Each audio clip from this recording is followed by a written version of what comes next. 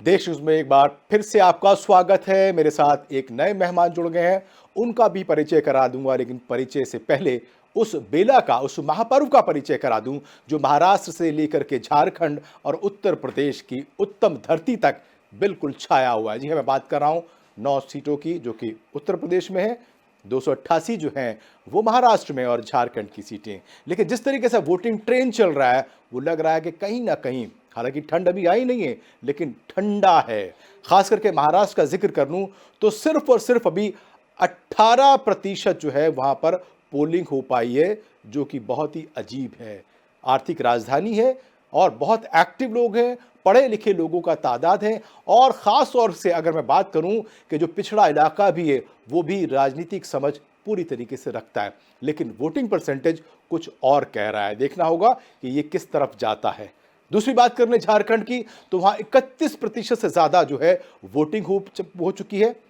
हेमंत सोरेन बिल्कुल अपनी गद्दी को बचाने के लिए डटे हुए हैं, लेकिन बहुत सारी विपदाएं हैं, बहुत सारी दिक्कतें हैं।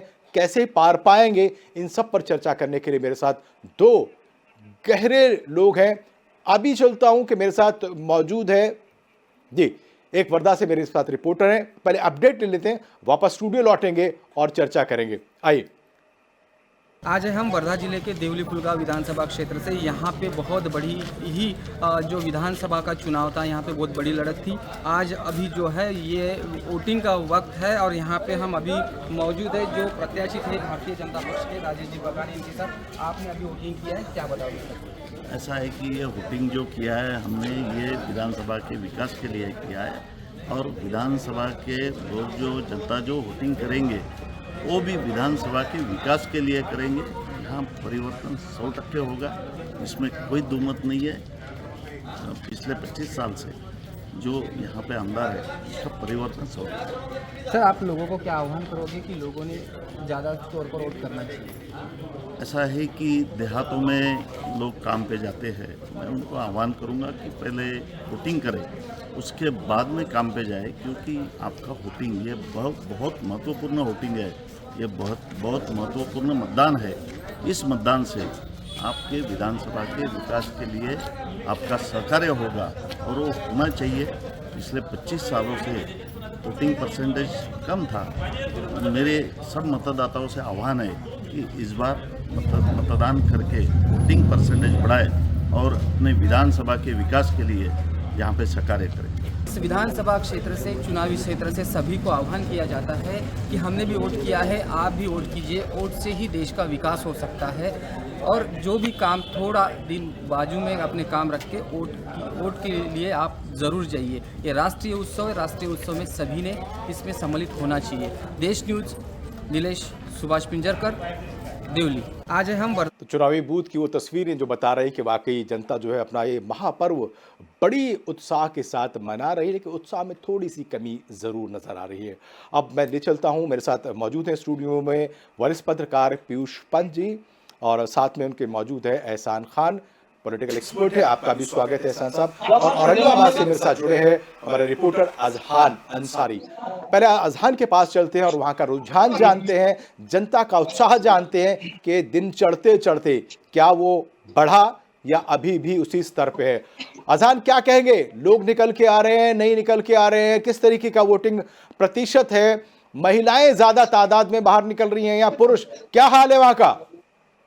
देखिए, बिल्कुल हमारी मौजूदगी सुबह से 7 बजे से लेकर अब तक जो है वो औरंगाबाद के विभिन्न पोलिंग बूथ पर है, और हमारी मौजूदगी इस वक्त जो औरंगाबाद का सेंट्रल इलाका पड़ता है वहां पर है। सुबह से हम लोग ये नोट कर रहे हैं कि यहाँ पर जो वोटिंग प्रतिशत है या वोट का जो मतदान गति है वो धीमी है। सुबह हमने देखा था जिस तरीके से सुबह थोड़े लोग निकल कर आए थे, सुबह के वक्त आ गए थे, लेकिन धीरे धीरे जैसा वक्त होता चला और जो गति है वो स्लो है। इस वक्त की अगर मैं बात करूं तो करीब 1 बजे का वक्त है और लोग अभी भी कम घरों से निकल रहे हैं। सुबह से अब तक कुल 18%, 11 बजे की अगर बात करें तो 11 बजे तक कुल 18% ही मतदान हो पाया है। अब ऐसा लग रहा है कि यहाँ का जो पिछली बार का रिकॉर्ड है 61% यहाँ पर मतदान हुआ था, तो ऐसा लग रहा है कि अब तक का आंकड़ा अगर हम देखें और आकलन लगाएं कि इस बार पहले से कम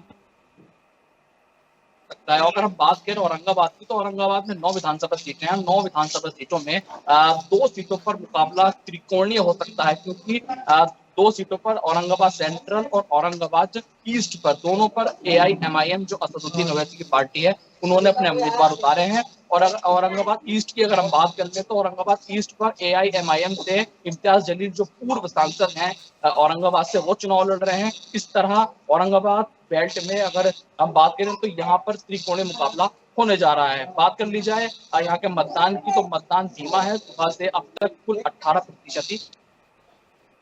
अजहर, आपने इम्तियाज जलील की बात करी, जो कि ओवैसी की पार्टी से आते हैं, पूर्व सांसद हैं, पत्रकार भी रह चुके हैं, लेकिन क्या लग रहा है कि ये जो 18% जो वोटिंग अब तक पड़ी है, क्या वो दोबारा से असदुद्दीन ओवैसी की पार्टी या इम्तियाज जलील को फायदा पहुंचाएगी, या कहीं ना कहीं ये फिर रुक जाएगा? क्योंकि जिस तरीके का पिछला प्रतिशत था, दिन बढ़ रहा है लेकिन लोग बाहर निकल के नहीं आ रहे। हालांकि कुछ महिलाएं जरूर दिखाई दे रही हैं। क्या लग रहा है, क्या रुझान है? देखिए, सुबह से हमने जो बात नोट की है वो उसमें महिलाएं सबसे आगे हैं। सबसे ज्यादा अगर कोई वोट कर रहा है, मतदान कर रहा है, तो वो महिलाएं ही हैं। बुजुर्ग, थोड़े बहुत बुजुर्ग दिखाई दे, और नौजवान भी बहुत कम तादाद में घर से बाहर निकल रहे हैं। महिलाओं का योगदान इस बार ज्यादा है। हमने जिक्र किया औरंगाबाद से जो MIM से चुनाव लड़ रहे हैं, औरंगाबाद ईस्ट से इम्तियाज जलील, तो उनका चुनाव हम जैसे यहाँ पे घूम रहे हैं, हमने काफी, हमारा जो आकलन है, यहाँ पर त्रिकोणीय मुकाबला इस वजह से हो सकता है क्योंकि वो सांसद रहे हैं और एक बड़ा राजनीतिक करियर उनका है, बड़ा राजनीतिक बैकग्राउंड है। और वहीं दूसरी तरफ उनकी जो राजनीति है वो कहीं ना कहीं मुस्लिम वोट बैंक की राजनीति वो करते हैं, और मुस्लिम वोट बैंक अच्छा खासा यहाँ पर मौजूद है। तो कहीं ना कहीं वो चुनाव ठीक तौर से लड़ेंगे, और जो नुकसान है वो कहीं ना कहीं दोनों पार्टियों को दे सकते हैं। इसमें कहीं ना कहीं अगर किसी को फायदा हो सकता है तो इसमें सीधे तौर पर त्रिकोणीय मुकाबला देखते हुए यहाँ पर बीजेपी को फायदा होता दिख रहा है। लेकिन अगर चुनाव अच्छा लड़ जाते हैं तो इम्तियाज जलील, तो हो सकता है वो यहाँ से बीजेपी प्राप्त कर ले। अजान, आप बने रहे मेरे साथ, क्योंकि पीयूष जी जुड़े हुए मेरे साथ, एहसान खान साहब पॉलिटिकल एक्सपर्ट मेरे साथ जुड़े हुए हैं। मैं एहसान खान साहब के पास आता हूँ। एहसान जी, क्या कहेंगे? अभी औरंगाबाद में अजहान मौजूद हैं, इम्तियाज जलील, और क्योंकि असदुद्दीन पार्टी का वहाँ पर वर्चस्व रहा है, लेकिन जो वोटिंग परसेंटेज है बहुत स्लो है। हालांकि अजहान कह रहे हैं कि महिलाएं ज़्यादा तादाद में निकली बनिस्बत पुरुषों के। ये किस दिशा की ओर ले जा रहा है?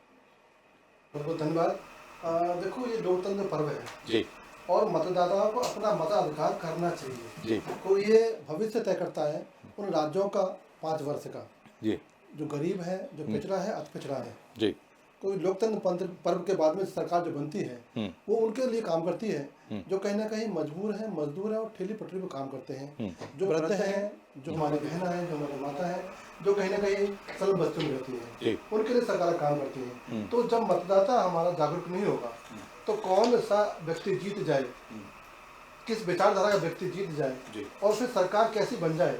तो अगर हमें सरकार अच्छी चाहिए, हमें सरकार विकास वाली चाहिए, देशभक्त चाहिए, सभी धर्मों का सम्मान करने वाली चाहिए, तो मत का प्रयोग करके मतदान को आगे आना चाहिए। और ये मतदान कम होना देश के लोकतंत्र को कमजोर करता है, और ये अच्छी बात तो नहीं है। हमारा मतदाता मतदान करे घर से निकल कर। मैं आपके माध्यम से कहना चाहता हूँ कि जो मतदाता मतदान कर चुके हैं और जो नहीं किए हैं, वो भारी संख्या में अपने कार्य को छोड़कर मतदान करें और अच्छी सरकार चुने, जो देश हित में हो, जो समाज हित में हो, जो राष्ट्र हित में हो, जो गरीबों के हित में हो, जो विकास करने वाली सरकार हो, उसको चुन कर लेकर। बिल्कुल सही बात है।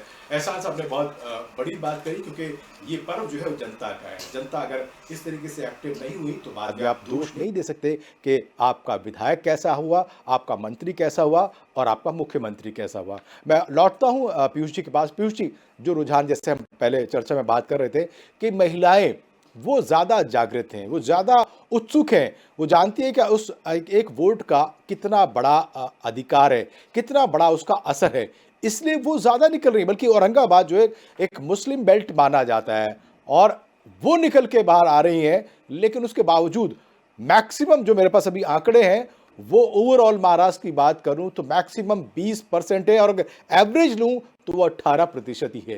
क्या कहेंगे पीयूष जी? निराशाजनक को ये बता रहा है जी, क्योंकि उम्मीद यही थी कि इस तरह के हाई स्टेक्स हैं इस बार विधानसभा चुनाव के महाराष्ट्र के, और इतने पार्टी हैं, जैसे मैंने आपसे पहले भी चर्चा में कहा था कि हर दो पार्टी के तो दो फैक्शंस हैं। जी, और भारतीय जनता पार्टी और कांग्रेस अलग होंगे तो 6 तो ये है।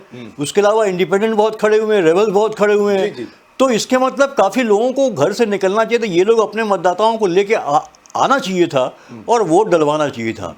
तो लगता है कि अभी उस तरह से वो चीज़ें हो नहीं रही हैं। लेकिन मुझे एक चीज़ और लगता है मारूफ भाई कि हमने देखा है लगातार, देखिए शुरू के कुछ घंटों में कुछ बेल्ट्स को आप छोड़ दीजिए, खासकर ग्रामीण इलाके में लोग जो है कि सुबह सुबह जाते हैं खेत में, खलिहान में, और उसके बाद आते हैं, तुरंत वोट देते हैं और फिर बाकी काम करते हैं। वहाँ ज़्यादा ये एक जागरूकता है कि हमारा जो मताधिकार है वो पहले हो जाना चाहिए। शहरों में एक आलस्य होता है, दूसरे काम भी होते हैं, हालांकि छुट्टी होती है, इसीलिए सरकार छुट्टी देती है, चुनाव आयोग छुट्टी देता है कि ताकि लोग अपना मतदान कर सके। लेकिन हमने देखा है कि एक इनर्शिया दिखता है, एक लेजीनेस दिखती है शहरों में, खासकर महिलाएं पहले घर का काम करना चाहती हैं उसके बाद। इसलिए मुझे लगता है कि देखिए अभी जो है कि इजाफा होगा। उल्टा हो रहा है, महिलाएं अपना काम निपटाने के बाद पहुंच काम से पहले इस काम को जरूरी काम समझ रही हैं।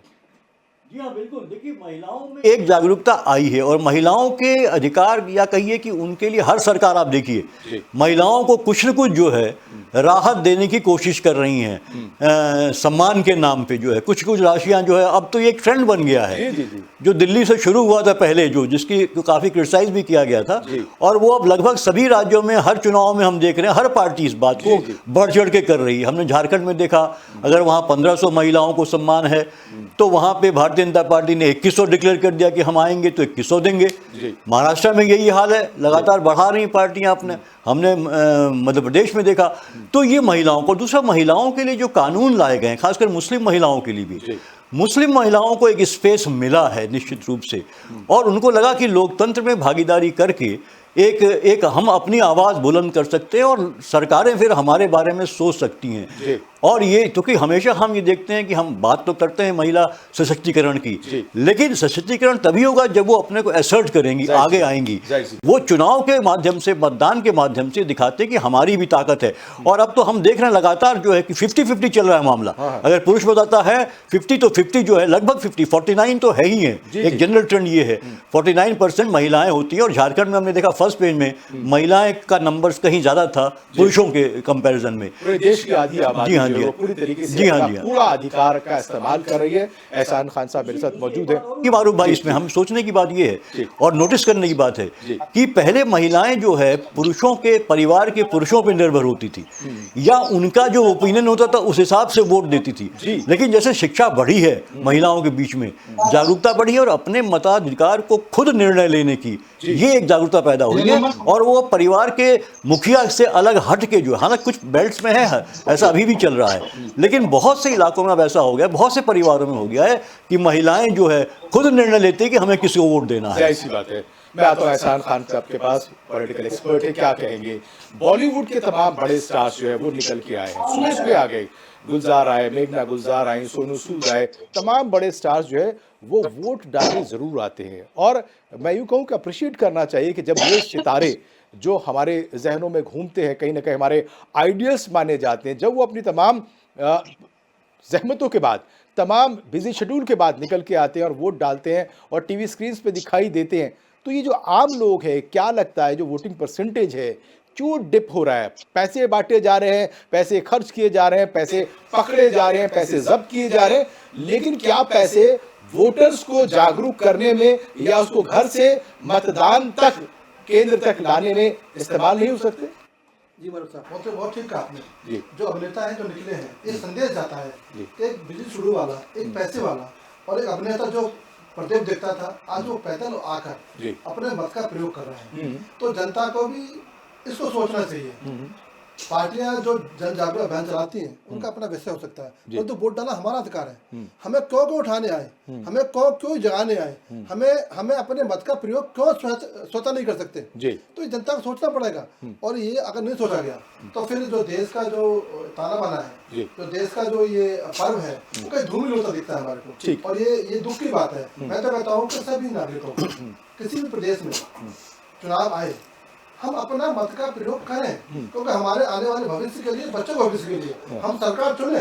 सरकार कोई भी हो सकती है जो आपको अच्छी लगे, एक मत होकर मतदान अवश्य करें, चाहे किसी के पक्ष में करें। आप अपने अधिकारों का बिल्कुल उसका प्रयोग करें और देश की या प्रदेश की आर्थिक स्थिति के लिए, ठीक। विकास के लिए अब अवश्य आगे आए। और 14 के बाद में जो बदलाव आया है वो भी थोड़ा सा देखना पड़ेगा हमारे को कि जनता किस तरफ जा रही है और जागरूक क्यों नहीं हो रहा है, इस विषय भी आकलन करना होगा। क्योंकि जब तक हम नहीं करेंगे, आकलन नहीं करेंगे, तब नहीं, तक जनता देखिए, जागरूक नहीं होगी। मारूफ भाई, मैं थोड़ा सा एहसान भाई से थोड़ा सा अंतर ये रखता हूँ, मतभेद रखता हूँ कि देखिए, जनता नहीं दोषी है, दोषी नेता हैं। जनता में अब एक मायूसी हो गई है, जिस तरह से नेता बिक रहे हैं, जिस तरह से खरीद फरोख्त हो रही है, जिस तरह से जो जनता का जो वर्डिक्ट है उसको धोखा दे के आप दूसरी पार्टी में चले जा रहे हैं, दूसरी सरकार बना ले रहे हैं, तो जनता मायूस हो चुकी है, उनका विश्वास नेताओं से खत्म हो रहा है। मुझे लगता है ये भी एक कारण है कि जनता अब देखिए, इसीलिए आप देखिए कि नोटा में लगातार जो इजाफा हो रहा है,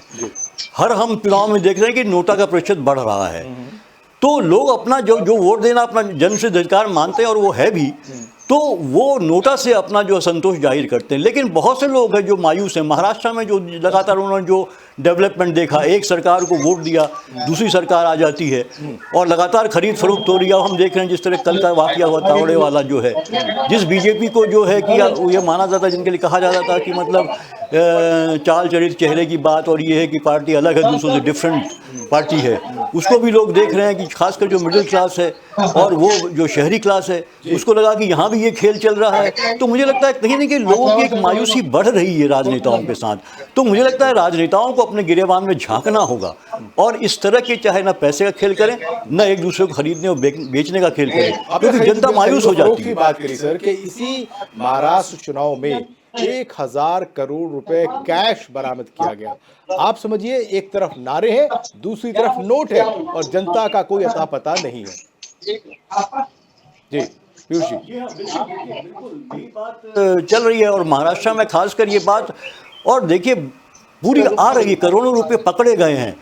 देखिए, एक बात तो है कि हमारे चुनाव की हम कहते हैं निष्पक्ष हो रहा है, सब कुछ कह रहे हैं, लेकिन ऐसा होता नहीं है। पैसे का खेल होता है, शराब का खेल होता है, तमाम चीज़ें होती हैं, क्योंकि दो दिन मिलते हैं लगभग जो है, जब कैंपेनिंग नहीं होती है तो उसमें लगातार ये कॉन्टेक्ट किया जाता है और एक जाति समूहों को कभी कुछ लालच दे के, गरीब लोग हैं उनको ये दे के कि साहब शराब बांट के या जो है कि पैसा दे के। अभी तो देखिए ये भी चल रहा था महाराष्ट्र में, जो विपक्ष आरोप लगा रहा था कि ये 1-1.5 महीने से चल रहा है कि पैकेट तैयार किए जा रहे हैं, लिफाफे, और 1,000, 1,500, 2,000 का जो है कि वो हर परिवार के एक सदस्य को जो है दे के जो है कि वोट खरीदे जा रहे हैं। और ये होता है कभी जाति के नाम पे, कभी धर्म के नाम पे। देखिए, जाति समूह, कभी जो डेरे के नाम पे, हमने हरियाणा पंजाब में देखा है, डेरे के नाम पे वोट लिए जाते हैं। तो ये सब लोकतंत्र के खिलाफ जाता है और ये इस बार बहुत चर्चा में है महाराष्ट्र में।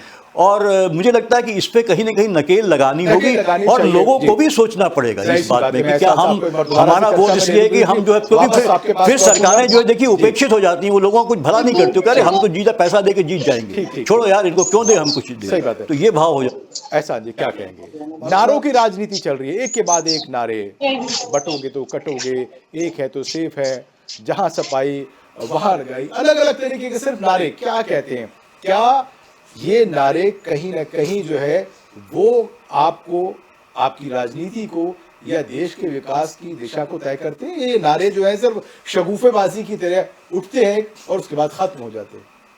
मानव साहब, ये राजनीतिक पार्टियां हैं और ये अपने वोटों को लुभाने के लिए जो नारे दिए जाते हैं वो कहीं ना कहीं प्रभावित होते हैं। बहुत से नारे ऐसे इंदिरा गांधी दिए थे कि Indira India, Indira India, Indira India, India Indira. और जब इंदिरा ने कहा था कि इंदिरा मत हटाओ, अब हम भुखमरी हटाएंगे, तो जीत के आई, तो नारे प्रभावित करते हैं। लेकिन क्या है कि देश की राजनीति बदल गई है और ये बदलने का कारण सिर्फ एक ही है, जैसा वोटर ऐसे ही भाषा बोलते हैं राजनीतिक, और ये देश के लिए खतरनाक है। हम विकास की बात करें, हम रोजगार की बात करें, हम कारोबार की बात करें, और जो पिछड़ा वर्ग है, चाहे किसी जाति में है, चाहे किसी पंथ में, किसी मजहब में है, उसकी बात करें, क्योंकि जो हमारा गरीब है, चाहे ठेली वाला हो, चाहे रिक्शे वाला हो, चाहे टेम्पो वाला हो, चाहे वो पटरी बैठ के काम फल बेचने वाला हो, तो ऐसे बहुत से हमारे पास जो समाज हैं जो ऐसा काम करते हैं, उसके उत्थान के लिए हम काम करें, उसके हम नारे की बात करें। हाँ, एक नारा हो सकता है, परंतु विकास भी उसके बहुत जरूरी है। नारा आपके जरूरी है और जनता के लिए विकास जरूरी है। अब दोनों में फर्क करके हमें आगे बढ़ना होगा। जाहिर सी बात है पीयूष जी, मैं आप वापस महाराष्ट्र की राजनीति में आ रहा हूं, क्योंकि बड़ा जो चुनाव है 288 सीटों का, वो महाराष्ट्र का है और कहीं न कहीं ये जो चुनाव है, इसके जो नतीजे हैं पूरे देश की राजनीति को प्रभावित करेंगे और खास तौर से केंद्र को प्रभावित करेगी, क्योंकि आगे वाला जो भविष्य है वो वहां से एक नए रास्ते और एक नई मंजिल की ओर जाएंगे। लगातार नारों की हम बात कर रहे हैं, लेकिन वहीं बैग चेक, लगातार बैग चेक होते रहे। उद्धव ठाकरे, फिर उसके बाद अमित शाह, बाकी लोग, नितिन गडकरी, तमाम, क्या लगा कि bag check bag check bag check, वाकई बैग में कुछ निकला या कहीं ना कहीं मुद्दों को डाइवर्ट करने की एक नई रणनीति, एक नई राजनीति? नहीं, देखिए, जिस तरह से पैसे का वितरण का एक सिलसिला चल रहा था और जिस तरह से पैसा करोड़ों रुपया पकड़ा गया है जी, तो उसके चलते कहीं ना कहीं चुनाव आयोग को ज़रूरी हो गया कि इस तरह की जांच की जाए जो भी वहाँ जा रहा है, क्योंकि ये तमाम बातें उठ रही थी। जी। तो बैग चेकिंग इसीलिए हो रही थी और हर चुनाव में होता है, और ये चुनाव आयोग का ये कर्तव्य भी है। उसके जो चुनाव के दौरान जो उसके लिए ज़रूरी काम है उनमें से एक है। लेकिन फिर सवाल उसमें ये भी उठने लगे कि भाई कुछ लोगों, सेलेक्टेड लोगों के ही क्यों हो रहे हैं, जो सत्ता पक्ष के लोग हैं उनके बैग क्यों नहीं चेक किए जा रहे हैं फिर।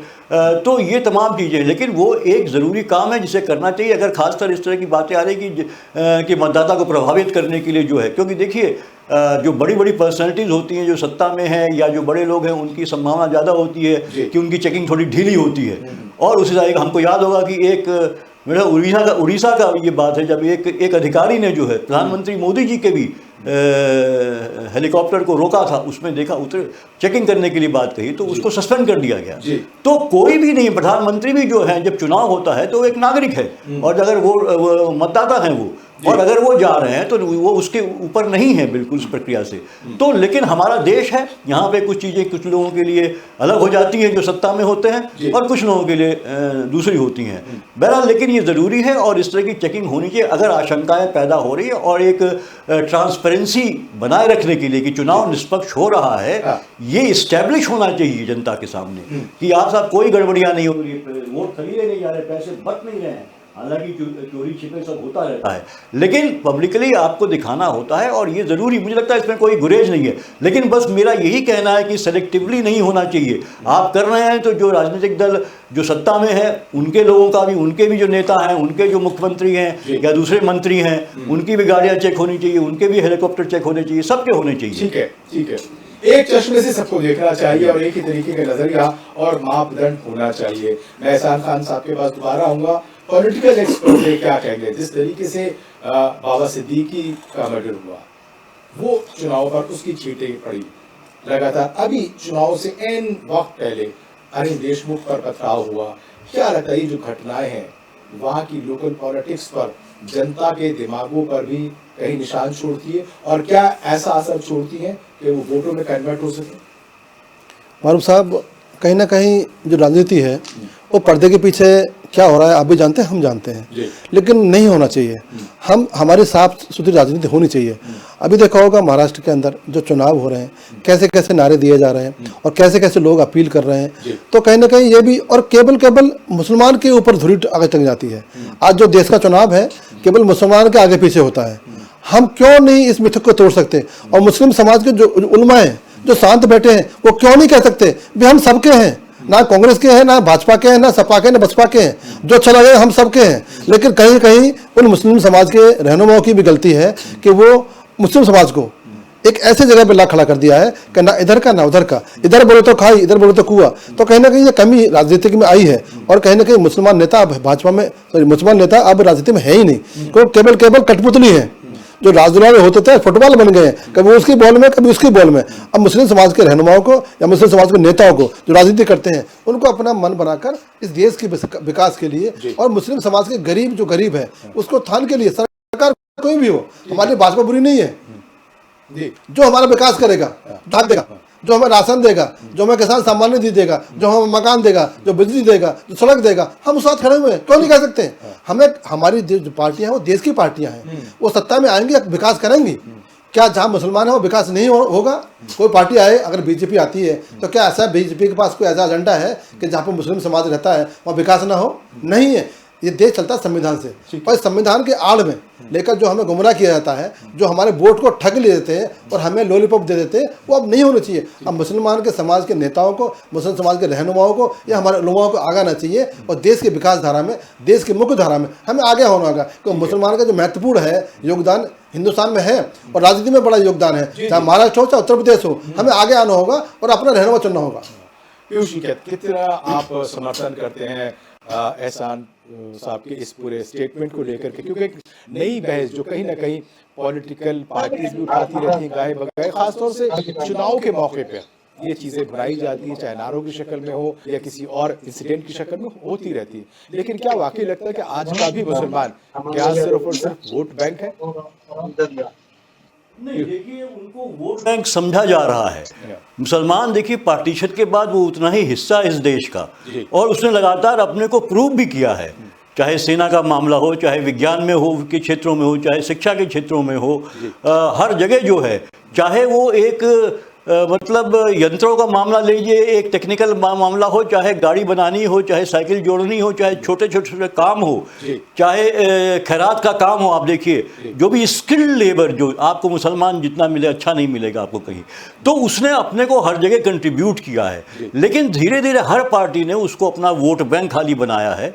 ये कांग्रेस से सिलसिला शुरू हुआ, उसके बाद लगातार समाजवादी पार्टी और जो है लोकदल, और आप देख लीजिए उसके बाद जो है कि आरएलडी, ये तमाम जितनी पार्टियां हैं उन्होंने उसको एक अपना बनाया। लेकिन वहीं दूसरी पार्टियों ने क्या किया कि ये चश्मा आरोप करने लगी कि साहब तुष्टीकरण हो रही मुस्लिम, मुसलमान कभी नहीं तुष्टीकरण चाहता था, वो विकास में अपनी हिस्सेदारी, मतलब जैसे हर और दूसरे लोग हैं वो भी चाहता था कि उसका भी विकास हो। ठीक है, उलेमाओं का रोल उसमें था, बहुत ज़्यादा था, लेकिन धीरे धीरे मुसलमान शिक्षित होते चले गए, उन्होंने उस प्रभाव को कम किया, जिसका उदाहरण हम देख सकते हैं कि दिल्ली में जिस तरह से फरमान जारी हुआ करते थे एक टाइम में, जो है कि वो अब बंद हो गए क्योंकि लोगों ने सुनना बंद कर दिया है। तो शिक्षा जैसे होती गई, मुसलमान और आगे बढ़ता रहा, वो चाहता था कि बराबरी का उसको दर्जा मिले। लेकिन पार्टियां ने अपना अपना वोट बैंक बनाने के लिए उस तरह से किया। दूसरी पार्टी देखने को भी मिला, अगर ऐसा होता तो नतीजे कुछ और होते।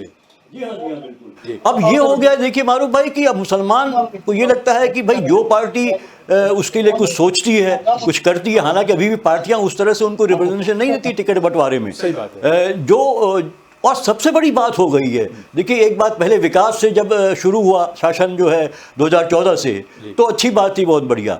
फिर आते आते आपने एक ऐसा माहौल बना दिया जिसमें सीधे सीधे मुसलमान समुदाय को टारगेट करते रहे वो। तो एक दूसरा कारण आ गया, अब मुसलमान को पहले डराया जाता था, अब मुसलमान सीधे सीधे डर का सामना कर रहा था।